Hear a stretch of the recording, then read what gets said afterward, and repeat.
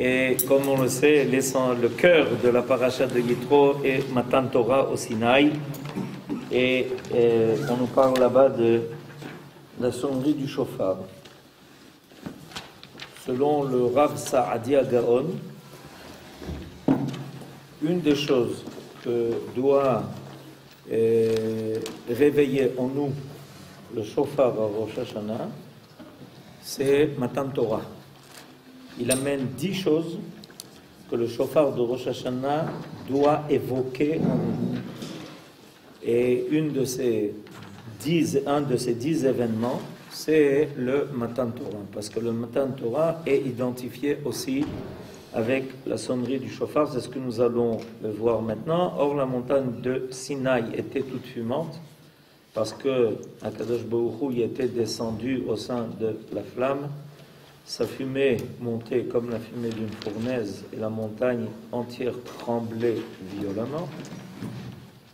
En ivrite, Vehar Sinaï, Ashan Kulo Mipne, Asher Yarad Alav Adonai Ba'esh, Vaya'al Ashano Ke'eshen Akivshan, Vayechrad Kol Ahar Me'od, Vayi Kol HaShofar, Olech Vechazek Me'od. Moshe Yedaber, Ve'Elohim Ya'anenu Bekol. Le son du shofar allait redoublant d'intensité, Moshe parlait et la voix divine lui répondit.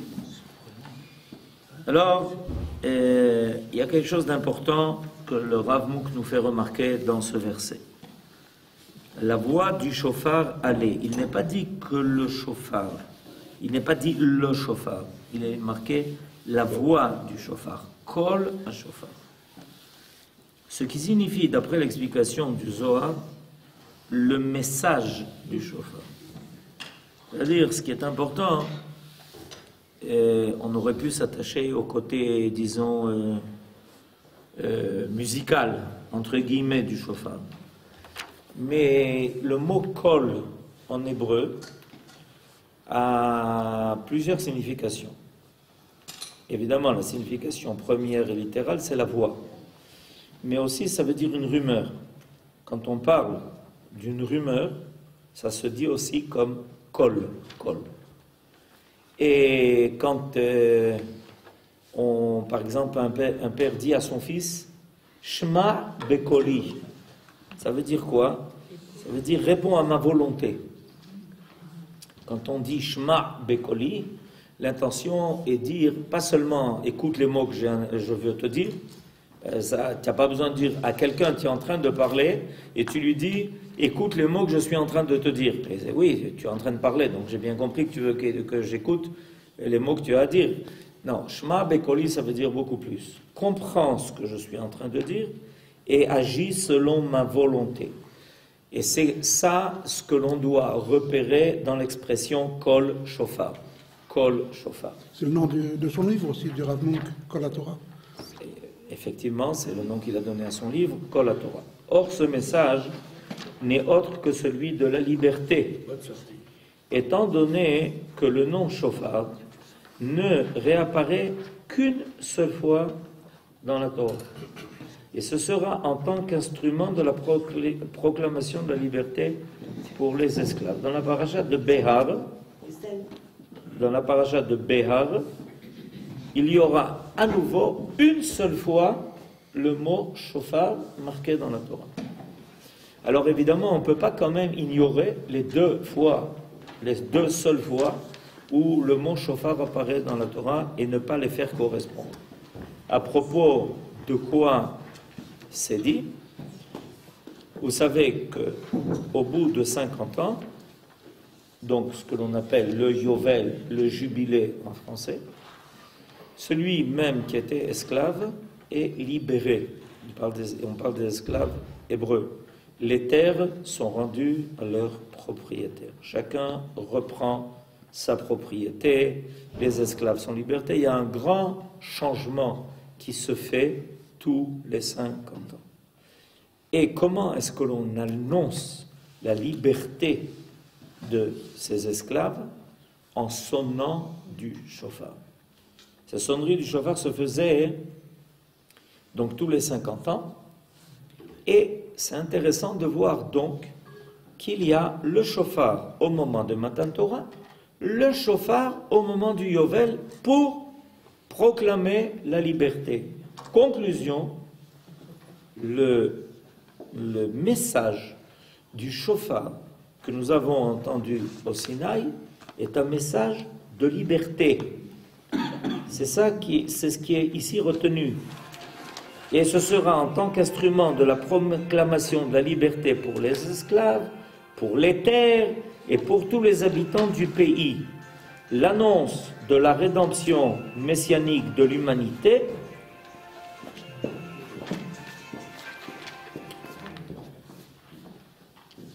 L'annonce de la rédemption messianique de l'humanité aura lieu également sous le signe du chauffard.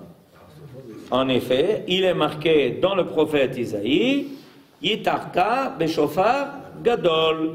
En ce jour retentira le grand chauffard. Les voix puissantes du chauffard qui accompagnaient la promulgation de la Torah devaient proclamer que celle-ci allait apporter aux hommes le message de la liberté. Tel est en effet son idéal révolutionnaire par rapport aux doctrines qui se disputent la faveur des hommes. Il est clair qu'on aurait pu recevoir la Torah bien avant. Dans les faits, à partir du moment où Moshe Rabbeinu arrive en Égypte pour sortir le peuple d'Égypte, on avait déjà reçu d'ailleurs des mitzvot en Égypte. Par exemple, apprendre à proclamer le nouveau mois. Achodesh Hazelachem, c'est ce que l'on a entendu dans la paracha de Bo. Donc, a priori, on aurait pu recevoir, s'il s'agissait d'une religion, s'il s'agissait d'un culte, et pour rendre hommage et remercier le Dieu qui nous délivrait, la chose normale aurait été que l'on soit déjà astreint à toutes les mitzvot au moment de la sortie d'Égypte. Et voilà que on devra attendre de sortir d'Égypte, de franchir la mer Rouge, de passer 50 jours depuis le lendemain de notre sortie d'Égypte, comme on en fait le décompte chaque année, cette fois, cette semaine, pour finalement arriver au Sinaï et recevoir la Torah. Pourquoi? Parce que la Torah ne peut pas proclamer un message et en même temps le donner à des hommes qui ne vivent pas ce qui est annoncé. Si le message de la Torah, c'est le Cherut, Al-Tikra, Charut al-Aluchot et la Cherut. Le but de la Torah est de libérer l'homme de toutes les entraves qui l'empêchent d'être lui-même. Alors, si le but de la Torah c'est ça, alors et que tu donnes la Torah alors que les enfants d'Israël sont encore esclaves, tu es en train de parler de quelque chose de son contraire. Tu les mets en porte-à-faux, c'est impossible. Donc il est clair qu'il fallait d'abord faire sortir les enfants d'Israël d'Égypte pour pouvoir les mettre en conditions telles qu'ils soient capables de capter ce message. Ce n'est pas seulement d'entendre les voix, mais de le capter profondément en eux. C'est quelque chose de phénoménal. Il faut bien comprendre que la Torah, en proclamant Anochi Hashem Elokecha, Asher hotzeticha me'eretz Mitzrayim, dit deux choses. Le premier verset des 10 commandements, traduction des 10 paroles, Aseret Adibrot, ce premier verset est, premièrement, il annonce que aucune force humaine ne peut être définitive dans le monde. Pourquoi? Parce qu'il y a une force qui est au-dessus de tout. De temps en temps, d'ailleurs, il faut rappeler ça aux hommes qui ont le sentiment qu'un tel va décider et un tel va faire et un tel va fixer. Non, il faut savoir que finalement, il y a Anochi Hashem Elokecha, premièrement. Et deuxièmement, c'est intéressant comment Akadosh Baruch Hu s'identifie comme étant celui qui nous a fait sortir d'Égypte. C'est sa carte d'identité. Anochi Hashem Elokecha, Asher hotzeticha me'eretz Mitzrayim. En d'autres termes, mon apparition dans le monde est une apparition de liberté. C'est important de faire attention à cela. La première phrase de ces 10 paroles de Aseret HaDibrot, c'est que l'apparition de Dieu dans le monde est pour donner liberté. Vous avez déjà une fois pensé à ça? La première apparition, c'est ce que Dieu dit, il se révèle au Sinaï, ok, à tout le monde. Et il vous dit, qu'est-ce qu'il nous dit? Je suis le Dieu de la liberté. Accrochez-vous à moi. Il faut le faire. Parce qu'en général, dans les autres religions, c'est pas comme ça que lui en qui il croit, va annoncer qui il est. Je suis le plus grand, le plus fort, et c'est moi qui décide de tout. Maintenant, faites ce que je vous dis. D'accord? Et Akadosh Baruch Hu, comment il se déclare? Comme étant le Dieu, la liberté. Anochi Hashem Elokecha, d'accord? Je suis l'Éternel ton Dieu. Quoi? Asher hotzaticha me'eretz Mitzrayim. Mais on le savait. On le savait puisqu'on l'a vécu. Quand on est arrivé au Sinaï, ça on l'a vécu. Alors pourquoi est-ce que Dieu il a besoin de le déclarer? Parce qu'il est en train de nous dire que ce qu'il a commencé avec la sortie d'Égypte va se prolonger pour toujours. Et ça se prolonge à travers quoi? À travers la Torah. C'est-à-dire la Torah que maintenant je vais vous donner va porter en elle ce message, sérieusement. Ce message que l'homme, grâce à la Torah, va pouvoir se libérer de tout ce qui l'astreint. Des fois, c'est lui-même qui s'astreint à certaines choses. C'est lui-même qui prend des mauvaises habitudes. C'est lui-même qui se laisse entraîner par son imagination galopante, etc. Mais de cela aussi, la Torah veut libérer l'homme. Et ce message qui s'est fait entendre au Sinaï est un message qui va se prolonger jusqu'à la fin des temps. C'est pour ça qu'à nouveau, quand le prophète Isaïe va reprendre le shofar, c'est pour nous annoncer la réalisation du projet divin. C'est le même shofar. C'est le shofar qui se fait entendre au Sinaï, c'est le shofar qui annonce la liberté des esclaves, c'est le shofar qui annonce la liberté dans le monde. De tous ceux qui veulent dominer le monde, de tous ceux qui ont voulu s'emparer du monde, de tous ceux qui ont décidé de faire leur monde, leur empire, etc. C'est ce que le prophète Ésaïe est en train de dire. La notion de la liberté rayonne comme un programme lumineux au-dessus des premières paroles de la Bible.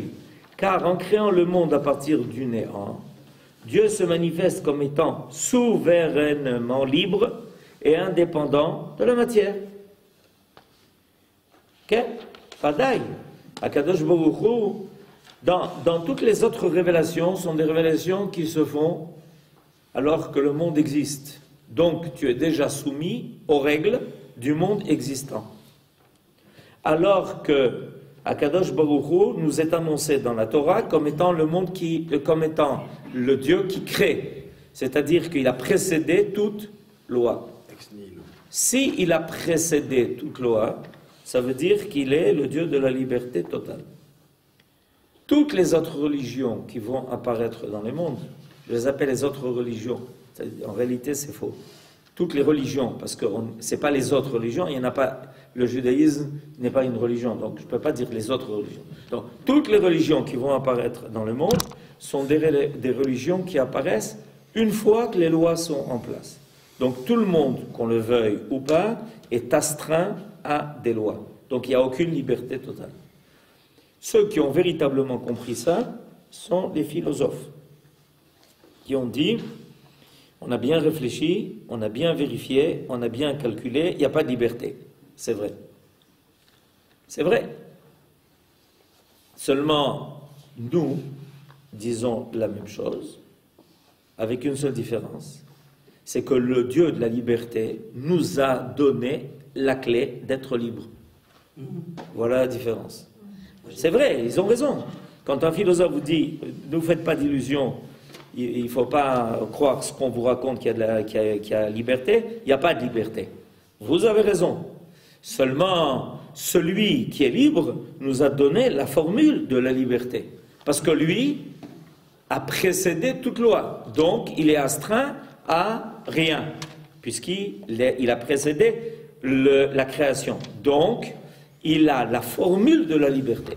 Et la formule de la liberté, c'est ce que nos sages ont voulu nous enseigner en nous disant Altikra charut ala luchot, ne lis pas seulement le fait que les lettres étaient gravées sur les tables qui ont été données, mais cherut, qui veut dire liberté.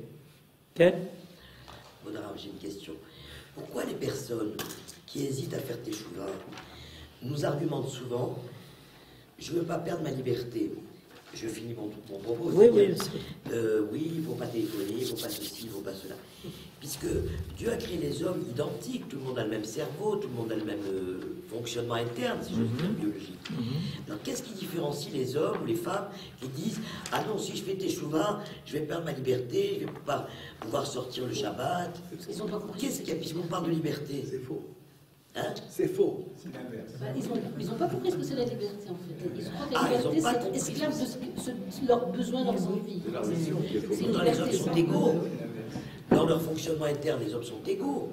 Qu'est-ce qui différencie celui qui va décider de faire teshuva de celui qui dit non, non, ça c'est pas pour moi?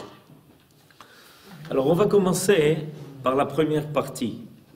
La première partie, c'est la peur de perdre sa liberté. C'est un sentiment extraordinaire. C'est un sentiment extraordinaire. Quand quelqu'un dit « j'ai peur de perdre ma liberté », il est en train d'exprimer l'aspiration divine de la création et des hommes, de la création du monde et des hommes. Il commence très bien la phrase. En disant « j'ai peur de perdre ma liberté », il commence très bien sa phrase, en disant que, en fait, je suis un homme qui a été créé à l'image de Dieu, donc qui porte en lui l'aspiration à la liberté. D'où ça te vient? D'où ça te vient cette volonté de vouloir rester libre? Vous croyez que, par exemple, les Avdil, Elef, Alfei Avdelot, un animal qui est domestiqué, est-ce qu'il a une volonté de liberté? Pas du tout. Vous voyez d'ailleurs qu'il suit son maître, là où il va. Il n'a pas cette volonté. Donc quand un homme vous dit « j'ai peur de perdre ma liberté », il vient d'affirmer à ce moment-là qu'il a en lui quelque chose de profondément divin. Parce que d'où ça vient, cette aspiration à la liberté? Ça vient d'où? Tu vis dans un monde, toute personne qui a étudié un peu les sciences et qui connaît un peu la réalité, c'est qu'on est tenu par énormément de règles qui nous sont connues ou inconnues, dont on est conscient ou dont on n'est pas conscient, etc. Que ce soit la génétique, que ce soit les habitudes, que ce soit la culture dans laquelle on a grandi, que ce soit les lois de la physique, les lois de la chimique, les lois de la pesanteur. Bon, enfin, vous faites grâce des autres, d'accord? Maintenant, on peut commencer à faire la liste de toutes les choses à laquelle on est tenu, et tout d'un coup vient un homme, il dit, écoute, je ne veux pas perdre ma liberté. Ça veut dire donc que tu portes en toi profondément quelque chose d'important, aspirer à la liberté. Ça vient d'où ça? Tu vis dans un monde, il n'y a pas de liberté. Si tu penses que tu vis dans un monde où il y a une liberté, ça veut dire que tu n'as pas étudié sérieusement. Enfin, toute personne qui a sérieusement étudié sait que ça n'existe pas. Personne. D'accord? Chacun de nous porte en lui des gènes de la génération précédente, d'avant-précédente, etc., etc. Donc il n'y a pas de liberté. Alors, d'où ça te vient, cette idée-là, cette volonté-là? Ça, c'est la première partie. Et cette première partie est extrêmement importante. On n'a pas le droit de la mépriser. Il y a quelque chose de très important. OK? Bon. À partir de là, on peut passer à la deuxième partie. Mais sans la première partie, on peut pas passer à la deuxième partie. Parce que, des fois, l'homme exprime quelque chose. Mais à partir de là, il pose un axiome. Et à partir de cet axiome, il commence à raisonner. Mais il faut comprendre l'origine de l'axiome. Un axiome, c'est une loi qui est établie a priori.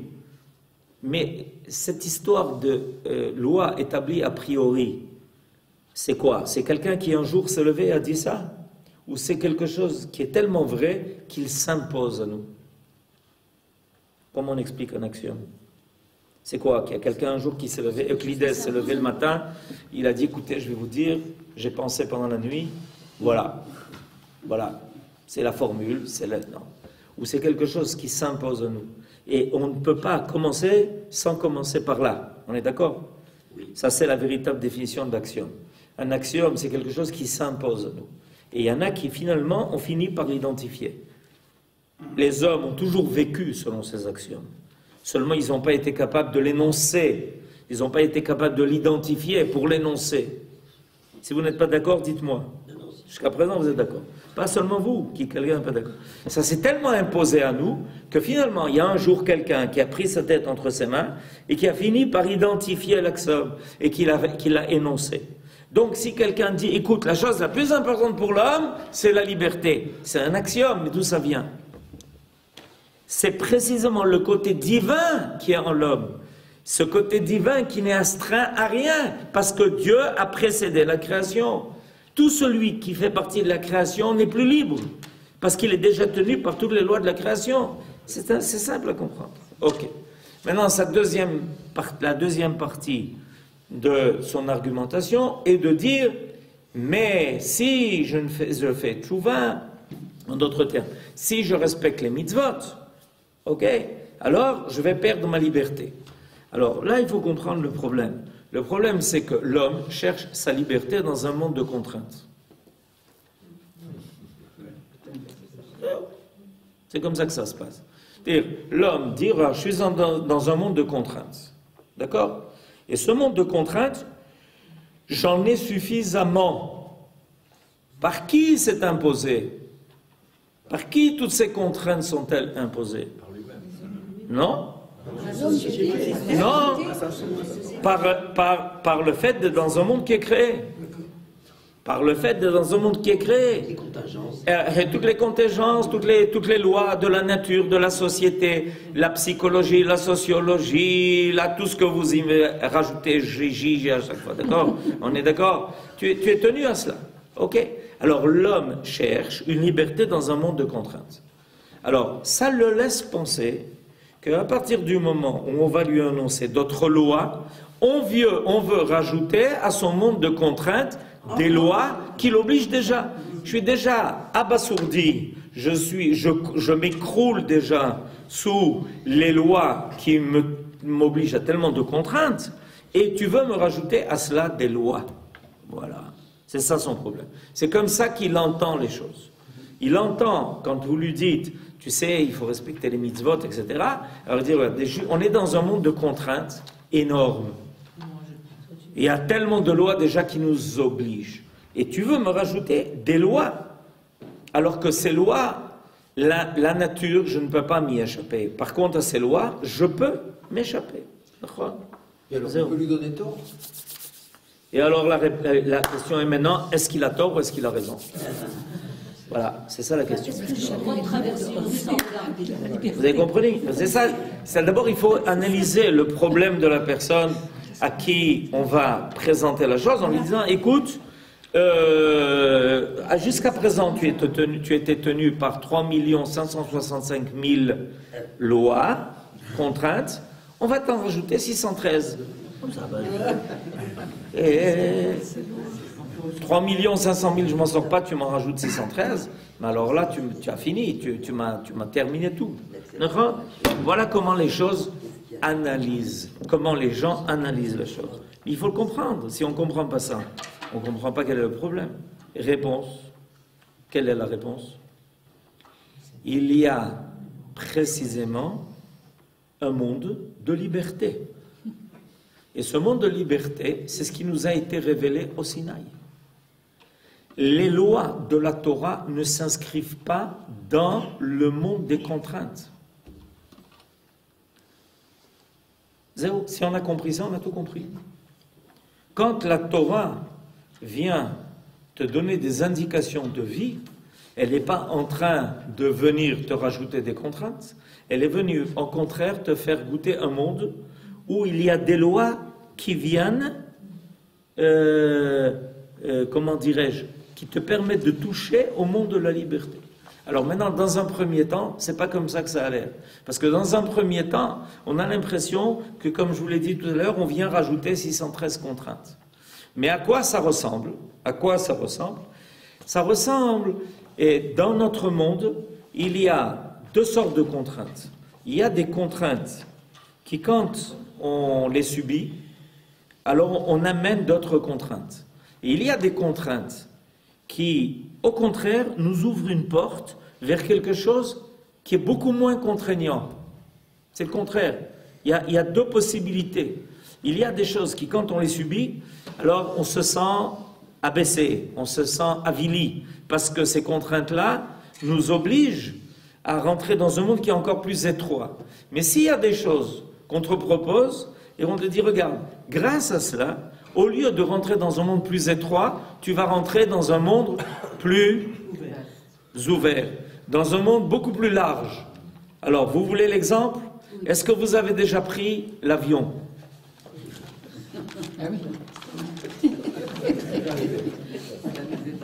Tous ceux qui sont là ont pris l'avion, ils ne seraient pas là. D'accord? Alors, regardez ce qu'on vous fait. On vous dit, regardez, tu peux circuler librement. Ah non, moi je voudrais voyager. Tu veux voyager? Oh, bah, si tu veux voyager, viens, Habibi, et on te met dans une boîte, comme ça, elle est un peu longue. Tu vas t'asseoir là-bas 10 heures d'affilée sans bouger, d'accord?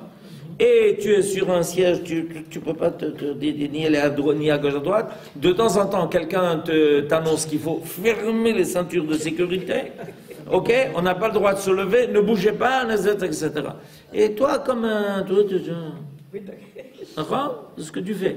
Tu rentres dans un truc cylindre, comme ça, une boîte de conserve, et pendant 10 heures, tu bouges pas, et on te dit, mais dis-moi, qu'est-ce qui te fait faire une chose pareille? Réponse, je vais en vacances. Je vais vers la liberté. Et quel est ce qui fait que les gens acceptent cette contrainte? C'est parce qu'ils comprennent que ça va leur ouvrir quelque chose de beaucoup plus large. Ça va leur permettre de franchir des frontières, de franchir en quelques heures des milliers de kilomètres, d'arriver à l'autre bout du monde, etc., de s'élever à 10 000 mètres d'altitude. Tout ça, c'est la grande différence entre les deux possibilités. Si on prend quelqu'un et qu'on le met comme ça dans cette cage-là et qu'on lui dit « c'est ta punition », ça s'appelle le cachot. Et si on le met dans un avion, on lui dit « c'est des vacances pour la liberté ». Et quelle est la différence? Dans les faits, aucune. C'est un cachot, un avion. Il n'y a aucune différence. Si tu concernes au niveau physique, ça va, c'est pas parce qu'il y a quelqu'un qui vient te donner un verre d'eau que ça va changer les choses. Mais parce que ça t'ouvre quelque chose de beaucoup plus large. Alors ça, c'est exactement le principe de la Torah. Ce que l'on doit comprendre, c'est qu'à travers la Torah souffle vers nous un vent de liberté. Oui, mais ça commence par des choses à lesquelles je suis obligé. Nachon, mais tu le fais toujours avec bonne volonté. C'est pour ça que nos sages, dans le Talmud et les commentaires du Talmud, nous enseignent que quand quelqu'un fait tchouva, il ne faut surtout pas commencer par lui enseigner la halakha.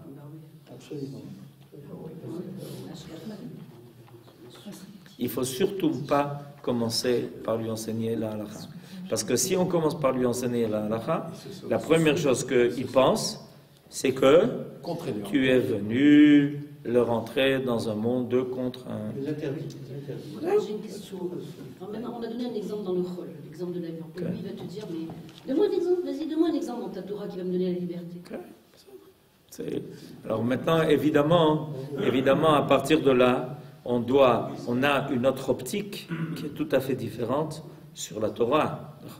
On a une optique qui est tout à fait différente sur la Torah. Alors regardez, tout à l'heure vous parliez vous vouliez un exemple au niveau de la Torah.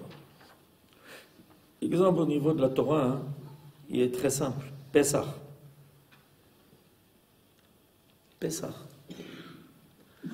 Quand on a fini de nettoyer et quand on a fini de tout mettre au point, et que finalement on rentre dans Pessah, est-ce que vous avez le sentiment que la fête de Pessah vous a bloqué, ou au contraire, que la fête de Pessah est en train de vous amener à goûter un monde qui est tout à fait différent du monde que vous avez connu avant Pessah? Et pourtant on a travaillé dur, et pourtant on s'est astreint à enlever la moindre miette, à aller nettoyer ce qui est au-dessus de l'armoire de 2 mètres. D'accord? On est d'accord? Alors les gens, si vous leur dites Pessah, ils vont dire, on connaît, mais le nettoyage, c'est une folie pendant un mois. Okay. Mais moi, c'est pas ça qui m'intéresse. Moi, ce qui m'intéresse, c'est quel va être le résultat, parce que c'est ce qu'on vient de dire. Ce qu'on vient de dire, c'est qu'il y a des contraintes, mais ces contraintes-là, quand tu les veux, d'ailleurs, personne ne t'oblige à ça. Qu'est-ce qui t'oblige à ça? Est-ce que vous avez déjà, est-ce qu'il y a eu déjà, dans l'histoire que vous connaissez, des gens qui sont venus vous menacer d'un bâton pour faire le nettoyage de Pessah? Vous avez déjà connu ça? Des gens avec un bâton qui sont venus vous menacer de faire le ménage pendant un mois? Si. Vous connaissez? Ma femme à la maison. Ma femme, ça c'est le meilleur bâton. C'est quelque chose, c'est l'exemple le plus classique. Pendant un mois, au moins, les enfants d'Israël prennent sur eux une contrainte qui a l'air... ça n'a pas l'air de ce Haolam Hazé, de cette histoire-là. Tout est chamboulé, on change tout, mais qui t'oblige à ça? Qui t'oblige à ça? Qui t'amène à ça? Rien, personne. Et alors pourquoi tu le fais? Rien, personne. Mais pourquoi? Parce qu'en réalité, je sais que grâce à ça, je vais goûter un autre goût de la vie, qui s'appelle Pessah. On le sait. Et on peut amener cet exemple, on peut amener d'autres exemples à propos de chacune des mitzvot.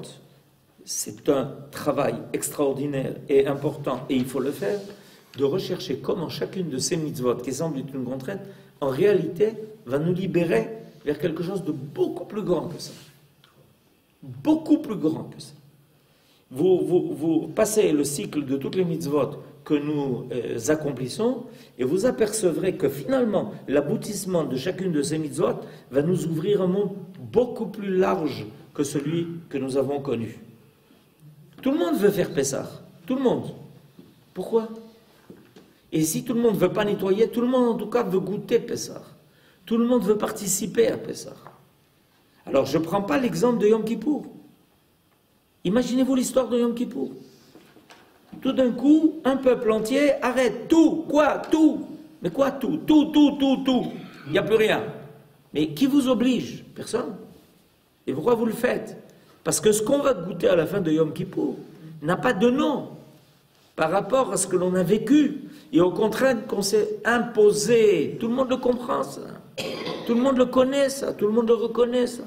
Qui est-ce qui t'a imposé ça? C'est ça la liberté. C'est de le choisir. Bédiouk. Mais personne ne te l'a imposé. C'est ça qui est important. Quand moi je t'enseigne la halakha, je ne viens pas t'imposer la halakha. Je viens te la proposer. Je ne l'impose pas. Vous avez déjà vu des gens qui menacent d'autres pour la halakha. S'ils le font, ils n'ont rien compris. On ne menace pas. Il y a quand même Rav. Im bechukotai telechu, im l'autre bechukotai. Pas de problème. Vous allez chez un médecin, Yosef, et le médecin, il vous effraie beaucoup plus que cela. Le médecin vous dit, écoutez monsieur, vous avez de la tension. Alors, je veux vous dire, si vous voulez contrôler ça, vous ne pouvez pas 1, 2, 3, 4, 5, 6, et au fur et à mesure, le type commence à pâlir. Mais ce qu'on va envoyer là, vous ne me laissez pas vivre? Réponse du médecin, je veux que vous viviez. Celui qui entend toutes les xérotes, qu'est-ce qu'il dit? Mais vous ne me laissez pas vivre. Pas le droit d'alcool, pas le droit, vous n'avez pas le droit d'alcool, vous n'avez pas le droit de sel, vous n'avez pas le droit de... Mais vous ne me laissez pas vivre. Je veux vous aider à vivre plus longtemps. Shabbat Shalom.